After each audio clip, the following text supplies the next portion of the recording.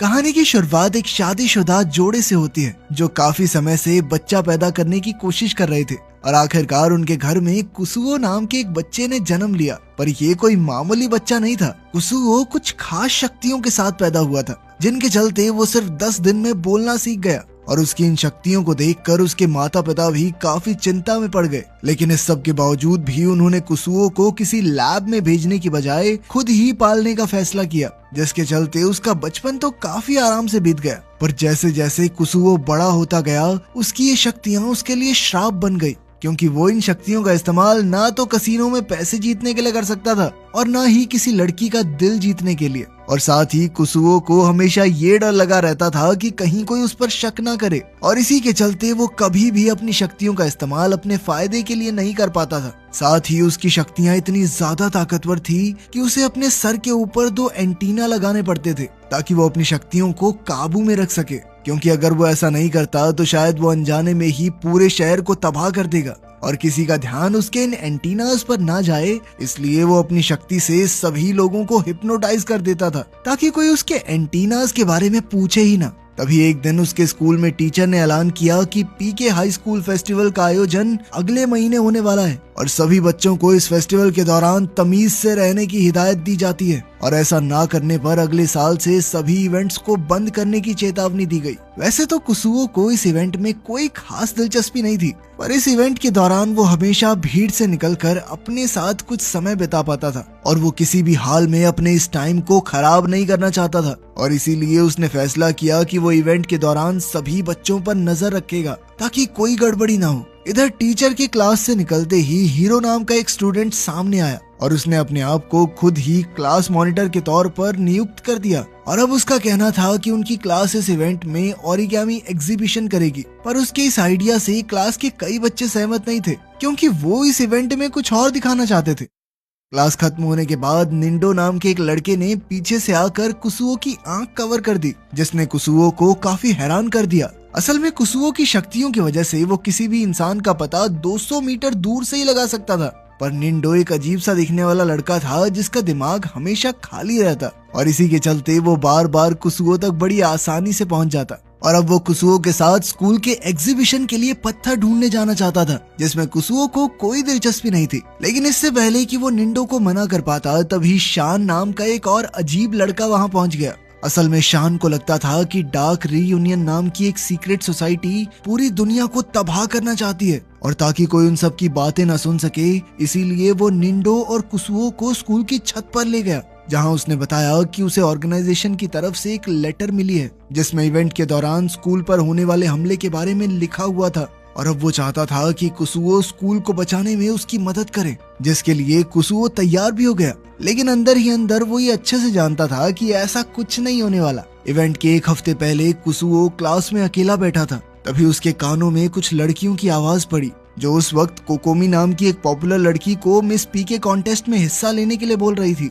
जिसके जरिए स्कूल की सबसे सुंदर लड़की चुनी जाती थी। और अपने आप को सबसे खूबसूरत समझने वाली कोकोमी ऐसा बर्ताव कर रही थी कि मैं तो इसके लायक ही नहीं हूँ, नहीं मैं कहाँ सुंदर हूँ, छोड़ो ना। वो बार बार अपनी किसी दूसरे दोस्त को हिस्सा लेने को बोल देती, पर जब कुसुओ ने उसका दिमाग पढ़ा तो वो तुरंत ही समझ गया कि कोकोमी ये सब सिर्फ इसलिए कर रही है क्योंकि वो जानती है कि वो बड़ी ही आसानी से ये कॉन्टेस्ट जीत जाएगी। उसका दिमाग पढ़ने के बाद कुसुओ ने कहा कि उसे कोकोमी में कोई दिलचस्पी नहीं है, पर वहीं दूसरी तरफ कोकोमी उसके पीछे पड़ी हुई थी, क्योंकि कुछ दिन पहले छुट्टियों के दौरान कुसुओ ने उसे बुरी तरह इग्नोर कर दिया था और कोकोमी बस अब ये जानना चाहती थी कि ये कौन है जिसने पू को पलट के नहीं देखा। दरअसल एक दिन उसने कुसुओ को हेलो कह दिया था, लेकिन उस पर ज्यादा ध्यान न देते हुए कुसुओ भी उसे छोटा सा हेलो देकर चला गया। और फिर जब अगली बार उसने कुसुओ को हेलो कहा तो इस बार तो कुसुओ ने उसे पूरी तरह अनदेखा कर दिया, जिसके बाद तो कोकोमी को अपनी आंखों पर भरोसा ही नहीं हो रहा था और इसीलिए वो तीसरी बार कुसुओ से मिलने के लिए गई। इस बार उसने कुसुओ को हाथ लगाकर हेलो करने का फैसला किया, पर जैसे ही वो उसे छूने के लिए आगे बढ़ी तो कुसुओ तुरंत ही साइड होकर वहां से गायब हो गया। और जब कोकोमी को वो कहीं भी नहीं मिला तो उसे लगने लगा कि शायद ये सब एक भ्रम होगा और देखते ही देखते वो कुसुओ के बारे में कुछ ज्यादा ही सोचने लगी और फिर प्यार हो गया। उस दिन के बाद से वो कुसुओ के नजदीक आने की हर मुमकिन कोशिश कर रही थी, पर उसकी हर एक कोशिश बेकार हो जाती। फेस्टिवल की सुबह जब कुसुओ अपने माँ बाप के साथ खाना खा रहा था, तभी उसके हाथ से एक ग्लास टूट गया, जो उसकी माँ के मुताबिक एक अपशगुन था। पर कुसुओ को इन बातों पर भरोसा नहीं था और वो चुपचाप अपने स्कूल के लिए निकल गया, जहाँ इवेंट शुरू होने से पहले सारी क्लास सभी पत्थरों को देख रही थी जो बच्चों ने इकट्ठा किए थे। लेकिन उन सभी में सबसे अलग पत्थर एरन का था, जिसके ऊपर लाल रंग लगा हुआ था। और तभी कुसुओ को याद आया कि एरन एक पुराना अपराधी था जिसे खुद को सुधारने के लिए स्कूल में भेजा गया था, और हो सकता था कि उसके पत्थर पर लगा हुआ लाल रंग कोई मामूली रंग नहीं बल्कि असली खून हो। इसके बाद कुसुओ स्कूल कॉरिडोर में चला गया, जहां कोकोमी लगातार उसका पीछा कर रही थी, और अब उसका प्लान था कि उसे किसी भी तरह कुसुओ के साथ कुछ पल अकेले में बिताने थे। पर वो इस बात से अनजान थी कि कुसुओ उसके दिमाग में चल रहे सभी प्लान्स को पहले से ही जानता है। तभी कोकोमी ने कुसुओ से बात करने की कोशिश की, पर उसी वक्त कोकोमी का एक बहुत बड़ा फैन क्लब भी वहां पहुंच गया और उसके फैंस ने उससे पीके ब्यूटी कॉन्टेस्ट में हिस्सा लेने की रिक्वेस्ट करना शुरू कर दिया। और इसी शोर का फायदा उठाकर कुसुओ चुपचाप वहां से निकल गया, जिसके बाद उसने खुद को एक मैजिक शो में टेलीपोर्ट कर लिया, जहां एक स्टूडेंट अपनी माँ के साथ मिलकर एक जादू दिखाने वाला था। और ये बात सुनकर कुसुओ को लगा कि शायद इसमें कोई गलती भी हो सकती है, और इसीलिए उसने अपनी शक्तियों का इस्तेमाल करने का फैसला किया। जादू की शुरुआत से पहले उस स्टूडेंट ने बताया कि असल में वो खुद को चेन से बांधकर उस लकड़ी के बक्से में बंद करने वाला था, जिसके बाद उसे 3 मिनट में वहां से गायब होना था, क्योंकि ठीक 3 मिनट बाद उसकी माँ उस बक्से में ब्लेड्स घुसाने वाली थी। कुसुओ को डर था कि इसमें कुछ गलत ना हो जाए, और इसीलिए वो खुद टेलीपोर्ट होकर उस बक्से में पहुंच गया, पर तब तक वो स्टूडेंट वहां से गायब हो चुका था। पर अब कुसुओ खुद को 10 मिनट से पहले वापस टेलीपोर्ट कर ही नहीं सकता था, जिसका मतलब था कि उसे 10 मिनट तक होने वाले सभी अत्याचारों से बचना होगा। खैर 3 मिनट बाद उस स्टूडेंट की माँ ने उस बक्से में ब्लेड्स घुसाना शुरू कर दिया, जिनसे बचने के लिए कुसुओ को अलग अलग रूप लेने पड़े। पर उसकी मुश्किलें यहाँ खत्म होने वाली नहीं थी, क्योंकि तभी उस औरत ने ऐलान किया कि वो उस बक्से को ऊंचाई से फेंककर तबाह करेंगे। पर जैसे ही वो बक्सा जमीन को छूने वाला था, तभी ऐन वक्त पर कुसुओ ने छलांग मारकर खुद को बचा लिया। पर वो औरत अभी भी रुकने वाली नहीं थी, और उसने ऐलान किया कि वो लोग उस बक्से में आग लगाएंगे, जिससे बचने के लिए कुसुओ ने उस बक्से को अंदर से जमा दिया। लेकिन हर बीतते टास्क के साथ उसकी जान पर खतरा बढ़ते जा रहा था, और अब उस औरत ने बक्से को बुलडोजर से कुचलने की बात कही। पर जैसे ही वो बुलडोजर उस बक्से पर चढ़ने वाला था, तभी कुसुओ को एहसास हुआ कि 10 मिनट पूरे हो गए थे, और उसने तुरंत ही खुद को बक्से से बाहर टेलीपोर्ट कर लिया। और उसी वक्त वो जादूगर भी वापस स्टेज पर आ गया, जिसने सभी लोगों का ध्यान अपनी तरफ खींच लिया। उधर कोकोमी ने भी अपने फैंस की बात सुनते हुए पीके ब्यूटी कॉन्टेस्ट में हिस्सा लेने का फैसला कर लिया था, लेकिन कंटेस्टेंट की तरह नहीं, एक जज के तौर पर, जिस वजह से काफी सारे लड़के नाराज थे, जिनमें से एक शान भी था। और इसीलिए वो भीड़ से निकलकर स्कूल के बैकयार्ड में चला गया, जहां उसकी मुलाकात डार्क रीयूनियन के एक आदमी से हुई, जो उसे अपने साथ ऑर्गेनाइजेशन के मीटिंग रूम में ले गया। वहां उसकी मुलाकात ग्रुप के लीडर मूनलाइट बटरफ्लाई से हुई, जिसने शान को बताया कि वो भी उन्हीं की ऑर्गेनाइजेशन का एक पुराना सदस्य है। उसकी ये बात सुनने के बाद शान ने खुलासा किया कि असल में वो डार्क रीयूनियन का सबसे खतरनाक और काबिल योद्धा था। पर जब उसे ऑर्गेनाइजेशन के असली मकसद के बारे में पता चला, तो उसे मजबूरन स्टोन ऑफ डायरेक्शन चुरा कर भागना पड़ा, जिसके बाद वो एक खुफिया जादू का इस्तेमाल करके शान के शरीर में घुस गया, ताकि कोई उसे पहचान न सके। उसकी पूरी बात सुनकर लीडर ने उसे दोबारा से डार्क रीयूनियन का हिस्सा बनने को कहा, जिसके लिए शान ने साफ इनकार कर दिया। जिसके बाद लीडर ने उसे बताया कि असल में स्कूल के अंदर 7 स्फीयर बॉल मौजूद थी, जिनकी मदद से पूरे डार्क रीयूनियन को तबाह किया जा सकता है, और आज वो लोग खास तौर पर इन्हीं बॉल्स को तबाह करने के लिए आए थे। और ये बात सुनते ही शान ने उनसे पहले उन सभी बॉल्स को ढूंढकर तबाह करने का फैसला किया, ताकि डार्क रीयूनियन किसी और को नुकसान न पहुंचा सके। उधर हीरो ज्यादा से ज्यादा लोगों को मैराथन के लिए बुला रहा था कि तभी निंडो भी मैराथन में हिस्सा लेने के लिए पहुंच गया, क्योंकि जो भी इस रेस को जीतेगा उसे 10 मिनट तक कोकोमी को देखने का मौका मिलने वाला था।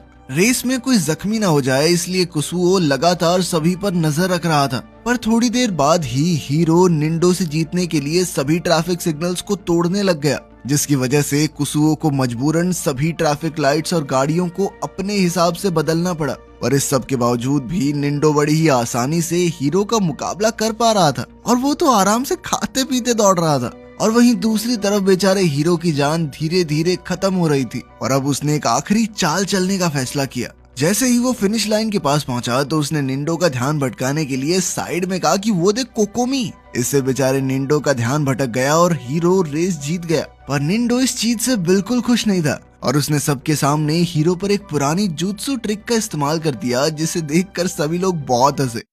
उधर स्कूल में एरन को अपने लॉकर में अपनी पुरानी गैंग की चिट्ठी मिली, जिसमें उन्होंने एरन को स्कूल के पीछे मिलने के लिए बुलाया। पर अब तक एरन काफी बदल चुका था और वो चुपचाप अपने साथियों के आगे से निकल गया। वो लोग उसे पहचान ही नहीं पाए। पर तभी शान 2 बॉल्स लेकर उन लोगों के सामने से गुजरने लगा और तभी उन्होंने शान से पूछा कि क्या वो किसी एरन नाम के लड़के को जानता है, जिस पर शान ने हंसते हुए तुरंत ही एरन की तरफ इशारा कर दिया, जिसके बाद उन गैंगस्टर्स और एरन के बीच में लड़ाई शुरू हो गई। उधर स्कूल में कुसुओ के दिमाग में अब भी इवेंट की टेंशन चल रही थी, पर इसके बावजूद भी उसे जबरदस्ती कोकोमी के साथ घूमना पड़ रहा था, जो अब उसके साथ हॉन्टेड हाउस जाना चाहती थी ताकि वो डर के मारे उससे चिपक सके। पर तभी निंडो ने भी उनके साथ जाने की बात कही, जिससे कोकोमी का ये चिपका चिपकी वाला प्लान थोड़ा खराब हो गया। हॉन्टेड हाउस में कोकोमी तो बहुत डर रही थी, पर कुसुओ को इस चीज से कोई फर्क नहीं पड़ रहा था, क्योंकि वो सभी बच्चों को आराम से देख सकता था। तभी एक बच्चे ने उन्हें डराने की कोशिश की, पर फिर वो निंडो की ठुड्डी देखकर बेहोश हो गया,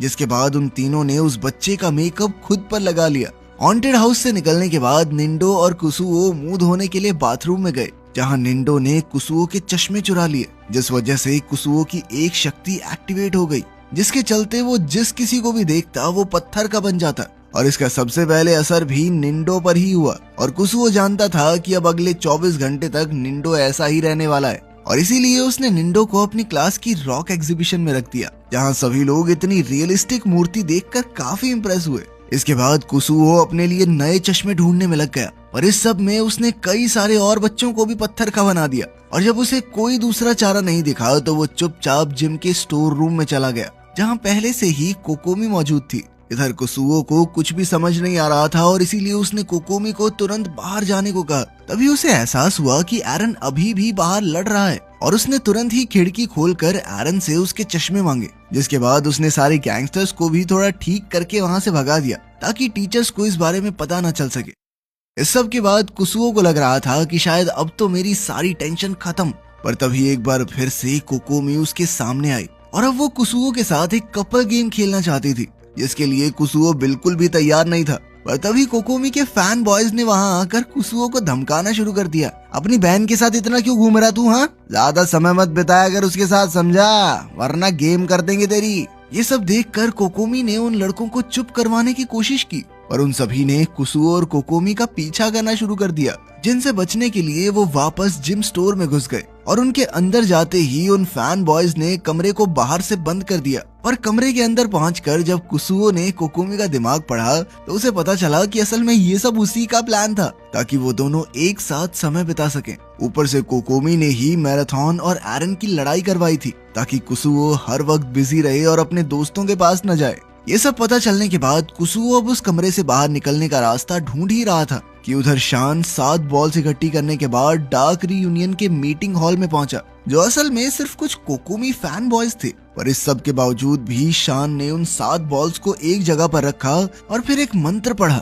जिसके बाद अब उसे ऐसा लग रहा था कि उसने डार्क रीयूनियन ऑर्गेनाइजेशन को तबाह करके पूरी दुनिया को बचा लिया है। उधर एरन से बदला लेने के लिए पूरी गैंग वहां पहुंच गई, लेकिन अपने चश्मे कुसुओ को देने के बाद एरन को कुछ भी ठीक से दिखाई नहीं दे रहा था। पर जैसे ही वो लोग एरन पर हमला करने के लिए आगे बढ़े तो कुसुओ ने उन सभी को गायब करके समय में पीछे भेज दिया। पर अपनी शक्तियों का इतना ज्यादा इस्तेमाल करने के बाद कुसुओ के शरीर में अब जान खत्म हो गई थी और वो वहीं पर बेहोश हो गया, जिसके चलते उसकी शक्तियां भी कमजोर हो गई। और अब कोकोमी को उसके सर पर लगे एंटीना दिखाई दे रहे थे, और उसने अनजाने में एक एंटीना को बाहर निकाल दिया, जिसके बाद कुसुओ की शक्ति अब सीधा बाहर निकल रही थी, जिस वजह से पूरी दुनिया के सेंसर्स ने काम करना बंद कर दिया। तभी कुसुओ को दोबारा से होश आया, और जब उसने एक बक्से पर हाथ रखा तो वो तुरंत ही टूट गया। ये देखकर कोकोमी काफी डर गई और उसने एंटीना को छोड़ दिया। और इधर जैसे ही कुसुओ को इस चीज का एहसास हुआ तो उसने तुरंत ही कोकोमी से अपना एंटीना वापस मांगा, लेकिन उसी वक्त कमरे की सारी दीवारें जमने लग गई, जिसे देखते ही कुसुओ समझ गया कि अब वो लोग धरती पर नहीं है। इसीलिए अब वो कोकोमी के बेहोश होने का इंतजार करने लग गया, जिसके तुरंत बाद उसने अपनी शक्ति से एंटीना वापस ढूंढा और उस इमारत को वापस धरती पर ले आया। पर अब उसे समझ नहीं आ रहा था कि वो पूरी दुनिया को ये चीजें कैसे समझाएगा, किसको क्या क्या जवाब देगा। इसीलिए उसने अपनी शक्ति से पूरे एक दिन पीछे जाने का फैसला किया ताकि इस बार वो हर एक